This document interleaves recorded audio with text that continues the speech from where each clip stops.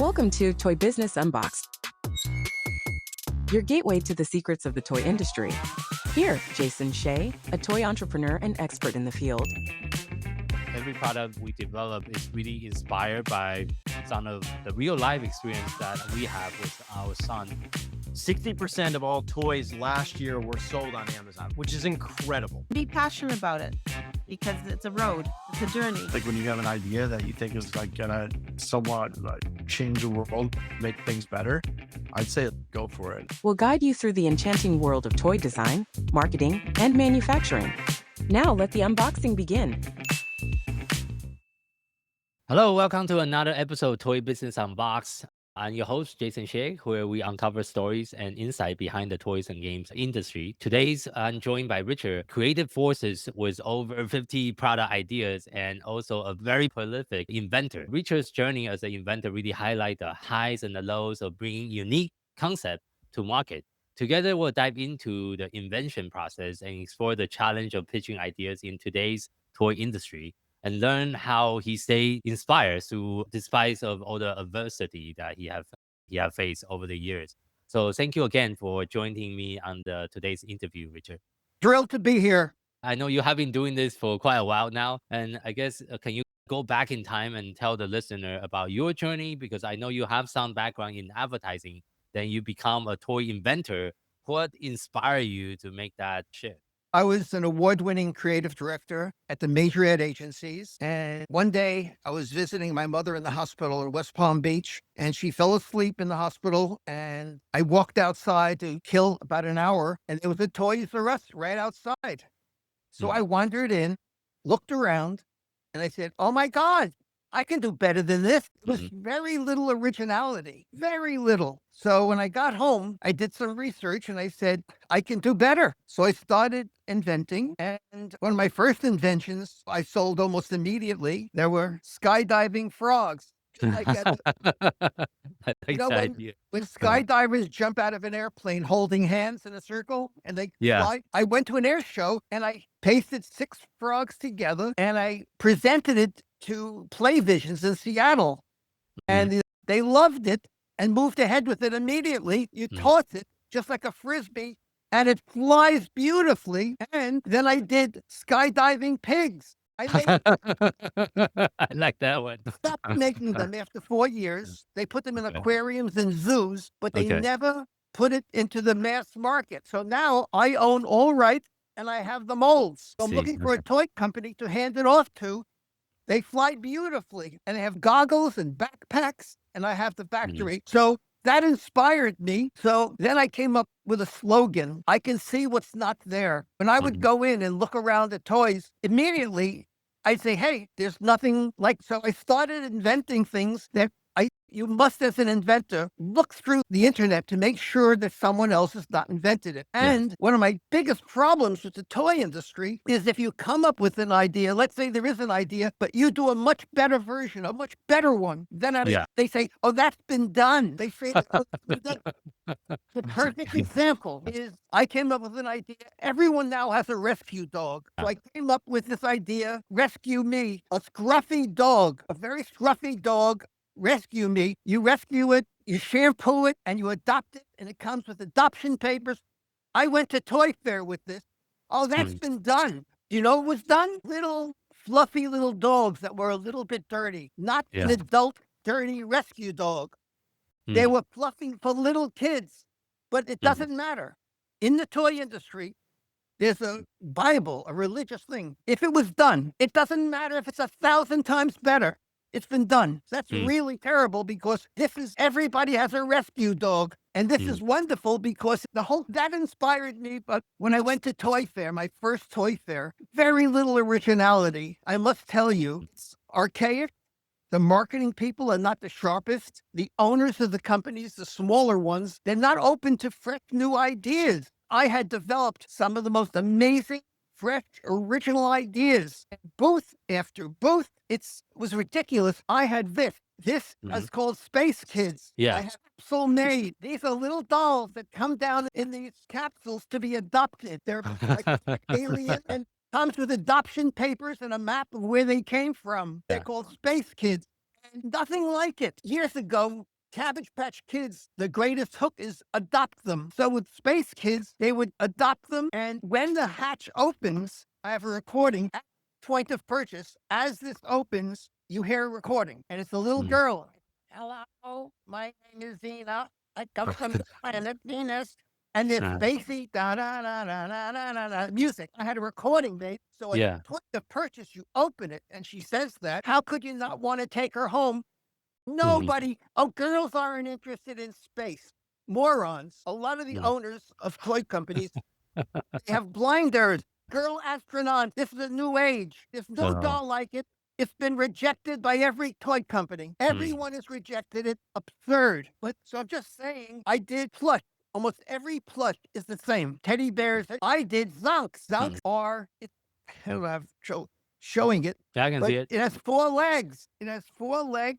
It's beautiful. It's a fish with 4 legs. It's ridiculous. I'm silly. And I have a whole line of these. I had beautiful samples made. No one was interested.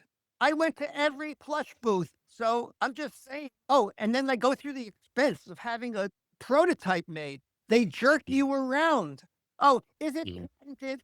Steal the prototype. Inventors can't afford prototypes. Intellectual property. I have an attorney who's a friend in Dallas. He gets 10% of every invention. He does everything is patent pending. So the point is, despite this, then occasionally as an inventor, the head of inventions likes something. I do a Zoom meeting and he likes it. I go, oh my God, I can't believe it. He has to go back to his committee, the head of marketing, and he has to present it to his head of, and it dies. A committee cannot. Steve Jobs went ahead with the Apple phone. A committee. Someone told me a camel is a horse designed by a committee. A committee, you can't have fun. You need a tyrant. You need someone like Isaac Zarian who says, I love it, let's do it. You can't ask the head of marketing, the head of sales, the head of this, the head of that. I have a few things under consideration. I'm a very prolific inventor. My kids, I had 2 boys, they could not catch a ball. It's very hard for little kids the first time to catch a ball. The ball would bounce off their chest. So I came up with the flinger ball. Yeah, you showed me that. 8 rubber soft handles. So when it comes to the kid, they grab one of them. And to throw it, they throw it like this. Rejected by everybody.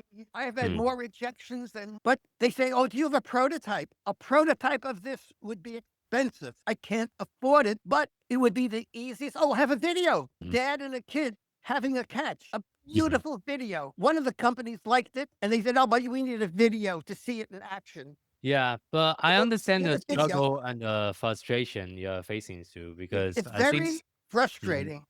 I'm sorry. because some of the toy company, they are also worry about the investment and what is the return on investment if they do invest in the product. So from my perspective, being a toy entrepreneur myself, sometimes it might be easier to launch our own company, which I did many years ago. And instead of launching, I think you have a lot of wonderful ideas, but sometimes it's based on what you have shared with me, it's hard for some of the bigger toy company to open to the new ideas a little bit. I came out of the advertising business.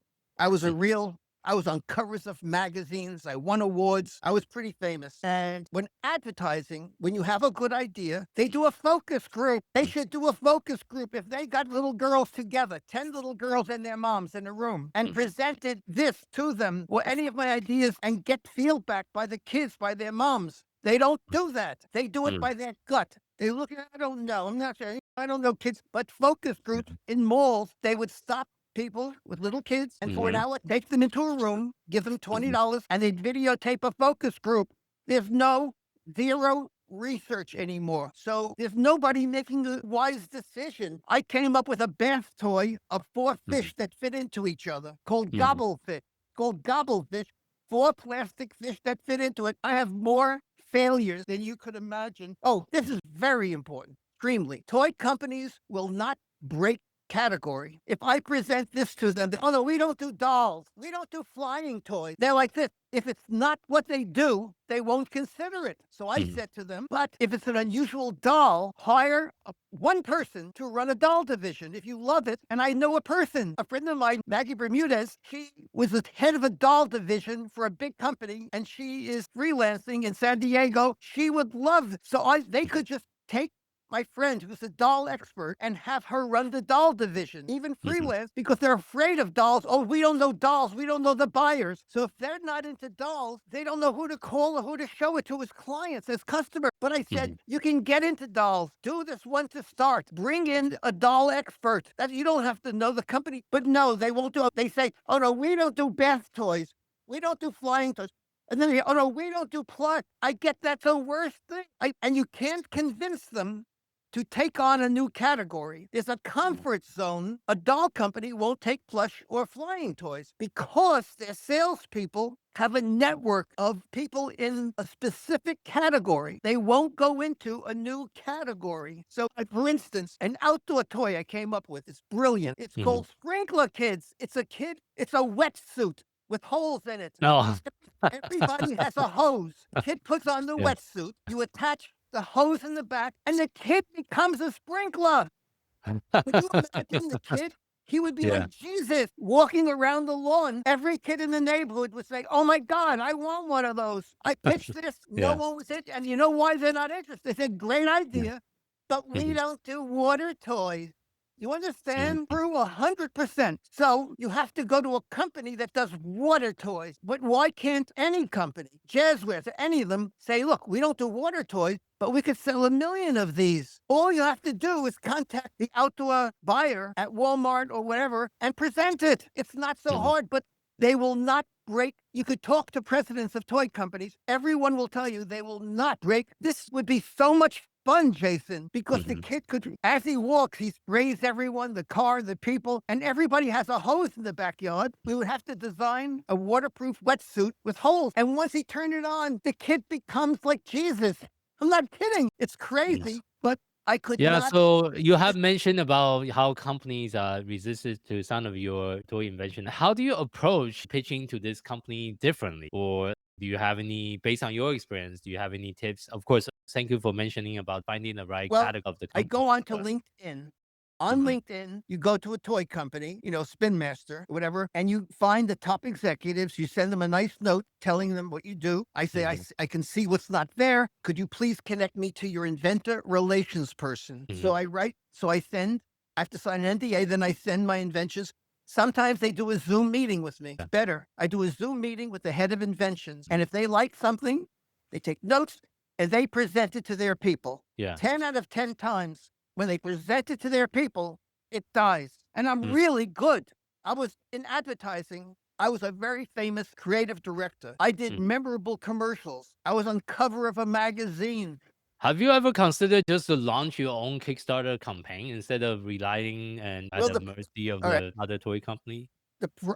Can't afford to launch myself, but on Kickstarter, the moment you put it on, it could be knocked off, boom, in a minute. Everything I've done, let's say plush. Oh, someone could do it animals with 4 legs. If I do the sprinkler, this would be great. But you realize the moment I put it on, 1 million people see this and they can do it? That in China, there are companies in China. It's the only country where they knock things off. I know someone, they knocked his product off and used the name. That's the nerve that they have. Not everyone, but I think that I think that's always going to be a possibility, either if you launch yourself or launch to a bigger toy company. But I think the speed to market is obviously one thing we also I think that I should pick out one of my toys and do a Kickstarter campaign. But I'm not in a position to run a company and deal with manufacturing and sales and marketing. I'm a really good inventor. And there really is, I'm a marketing person. That's the secret. Inventors sometimes, I'm an inventor. Every idea I come up with is based on demographics.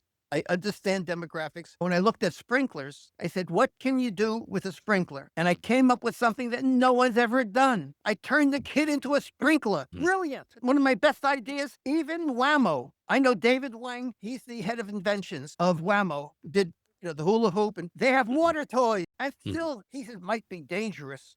It's perfect for Whammo. And he knows me, he likes me. I met him at Toy Fair. So even though they do water toys, they have a water slide. That's their big toy. It's not dangerous. It's an insulated little wet hole, and you attach the hose in the back, and it spritzes. It's a dumb. You could do that and make $1 million. Nobody has it. And at Toy Fair, you take the smallest booth in the world, and you put a kid in it in a plastic little cube. So the kid is. Could you imagine at Toy Fair? People from all over the world come, buyers. There's nothing like it, and kids love water. So if people would test my inventions, expose them, there's a thing you can do at a mall. You can actually stop people. You can hold the item and say, "Excuse me, could you?" And just show it to the little kid and video they do nothing. They're unsophisticated. The toy industry is unsophisticated. They have no idea. They fly by the seat of their pants. If they see someone else do something, then they knock it off. Can't do something totally original. If you do some research, you're not taking a risk. This is a theory. It's feasibility study. If 7 out of 10 prospects say yes or maybe, you should go ahead. I used to show new products. For advertising agencies, I invented a lot of new products. At the focus group, 7 out of 10 have to be enthusiastic. 7 out of 10, that's a high number, but they feel that is enough. Sometimes they stop people in malls in 4 parts of the country, 25. They say you have to have 100 people ask. You stop 100 kids and their moms. 7 out of 10 of the 170 have to say yes or maybe. At least if you're going to spend money, you could even videotape them. All right, let me just say one thing. I took a few of my things to a nursery school in the town where I live. I live in Hastings on Hudson, and the kids loved it. I went to a nursery school and showed it. The kids passed it around. They said, "Look, fish don't have legs." Evolution for smart people. Fish walked out of the water and became lizards, but no one's interested in that. All right. Then, people say, "No, I want a toy that does something. I want a toy that walks." So I presented a mechanical version of this where you put it, you just wind it up, and the legs walk. You can make it walk. And then they said, "Oh, but you could make it even a water toy that you put in the water and it walks out of the water." Could you imagine seeing a fish walk out of the water? People would flip out. So, but I'm too good, okay? I'm too sophisticated for the toy industry. That's what I feel. Because things I do, like the ball that's easy to catch. A toy company should say, "Oh, we'll make a prototype. Let's try it." They can afford to make a prototype. I can say, "You have exclusive rights, make a prototype, have some kids have a catch, and that's it." It's so simple. But I struck out. I did have people like things, and I got back to them. But I must say, and I did an adult board game. Adults play. Everybody knows that when you go into a hospital, check in, they tell you, get out as soon as possible. Don't stay in the hospital because you catch things in a hospital. And things go wrong in a hospital. So I came up with the hospital survival game. What it is, it's everything that could go wrong in a hospital. You play the game to start. You pick a card, and it tells you what disease or medical condition you have, the first card. And then you have to go around the board without dying. You pick a card that says you went into surgery, they took off the wrong leg. That spot on your chest, it's not skin cancer, it's a Krispy Kreme donut. Funny things. I had funny, all the cards. Let me just show you. I have the board. Listen to this. Oh, okay. Yeah. I have a surgeon going into surgery, and he has a seeing-eyed dog and dark glasses. He's blind. Surgeon. And there are cards that say ailments, survival, and screw up. So the point is, this is a fun, lighthearted game. Every hospital has a gift shop. There are 100. This would be a great thing in a gift shop in a hospital to give someone who's in the hospital. And I think that doctors, nurses, it's a fun piece to write. Before I did anything, I was a comedy writer. I wrote for comics who appeared. Okay, I see. I wrote, and then I went to their performance. I was a good comedy writer. So a lot of these cards are very funny. It's humorous, lighthearted, hospital survival game. I presented it to 3 of the biggest game companies at Toy Fair, and they all rejected it. And they didn't tell me why. Yeah, that's frustrating. Part of it, I think, is to get to the president or the chairman of the company. If you can get to the top person like Steve Jobs, there's a reason the top guy is the top guy. And I think that, just think of how frustrated this cost me. I got the best illustrator. A friend is a very good illustrator to do the illustration. I wrote the cards. I protected it. I did so much work on it. And then I went to the toy companies. I can tell you who they are. Not one of them jumped at it. Well, that's why I have been trying to encourage you, just launch yourself. No. I'm a senior guy. I have a lot of energy. I'm a senior guy. Yeah.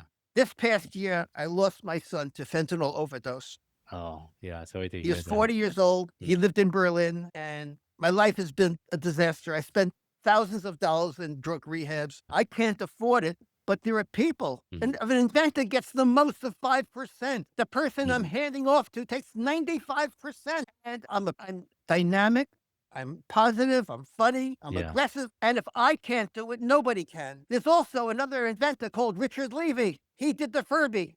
Sometimes same name? Same name as you. A lot of the times when I pitch someone, they get right back to me thinking it's him. And then I said, no, it's the other Richard Levy. I once met him at Toy Fair. He's pretty famous. He has a book. He did the Furby. They're relaunching it. So it's a crazy coincidence. Yeah. But I love it. I'm not giving up. I even invented a baby bottle. Let me show you. One last thing. Let me show you a baby bottle. Sure. No one has ever. I look at things that are ordinary and I made it special. They sell millions. At point of purchase, a mom goes in to buy a baby bottle. Now, babies have to hold on to the bottles. They can't drop it. Yeah. Look at this. Called the bottle rocket. You know why? Because kids can hold the wings and drink it. But just think of this in the store versus the baby bottles. It has a great name. It's simple. Wouldn't cost it. I got it to a couple of companies that do young kids stuff. Rejected.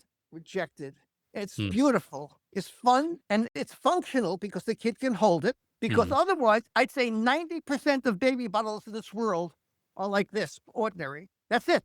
But isn't it easier for a baby to hold on? But this is a marketing idea. Do you know what I mean? Just think of this.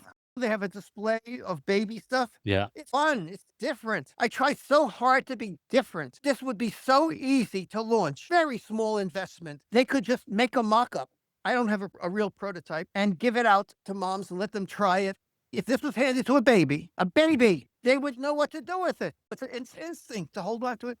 So this is a perfect example of taking the most ordinary thing in the world. It's 1,000,000 years old, thousands of years old, baby bottles. Nothing has changed in every country. Yet I took a baby bottle and so simply just modified it a little bit. I made it with a little pink, and it would come in pink or blue. I could hand this off to you. Believe me, the baby buyer at Walmart would take, because everything else is nothing. It's nothing. They could charge more. A baby bottle might be $2.50 or $5. I don't know how much a baby bottle costs. This could get more money because it's fun. Everything I'm showing you would be exclusively for you if you want it. You have absolute rights to everything I've done. At this point, of course, we'll also share that with our listeners. See if there's anyone that's listening to our show and watching the show will be interested to reach out. Anything that you would, because at this point, I'm not looking forward to the next toy fair because it's so frustrating to present something. You look at first, I do a pass. I go through and see what they have. I go through it the first day to check out what they have. Yeah. So I know how to position it against what they have. I could say, if it's a doll company, I said, you don't have anything like this girl in a little space. Also, I said they could be this small. You could make them small. They don't have to be this big. This cost me $2,500 to make. $2,500. Beautiful. The best toy designer in the business, Risa Hope, did this, and she made me the doll. I was so sure that I would sell this.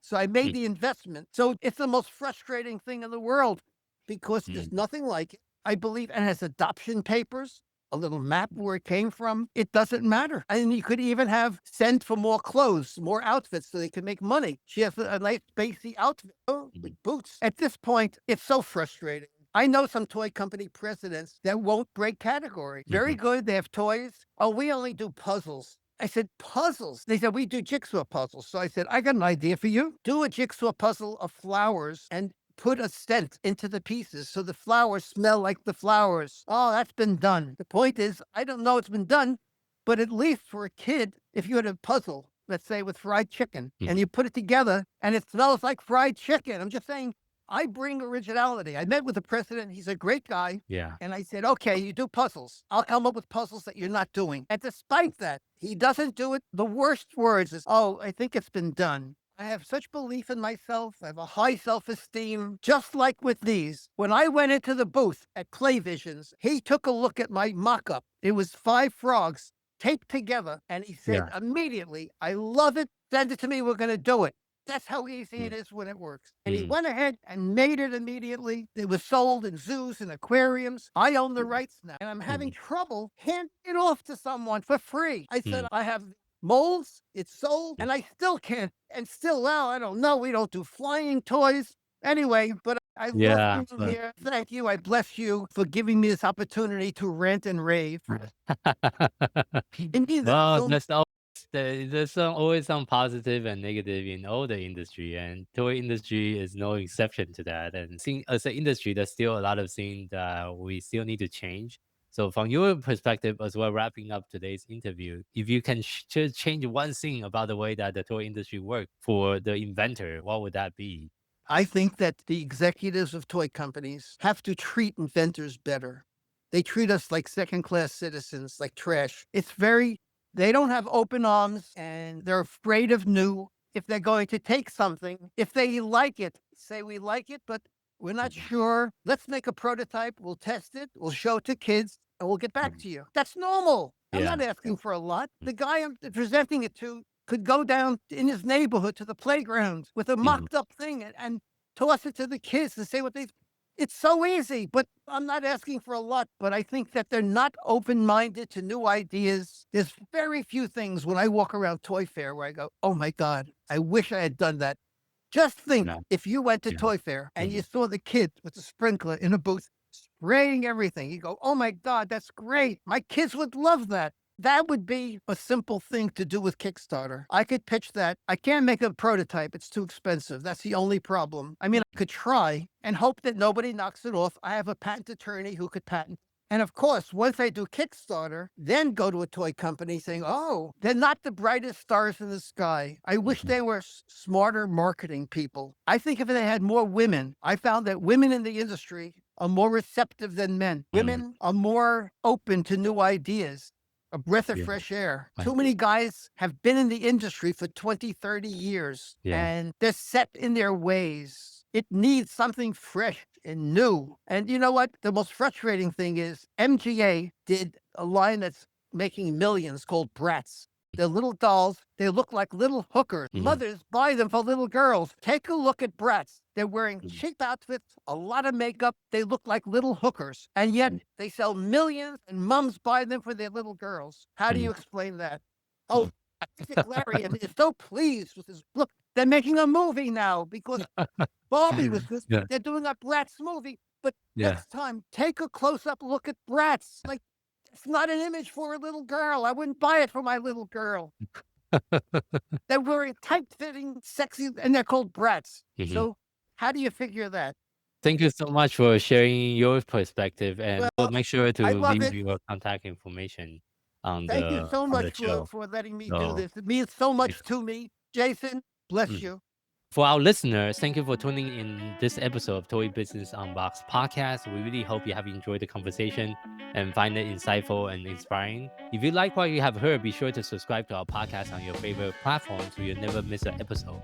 We really appreciate your support. We love it. You can leave us a review and share the podcast with your friend and colleague.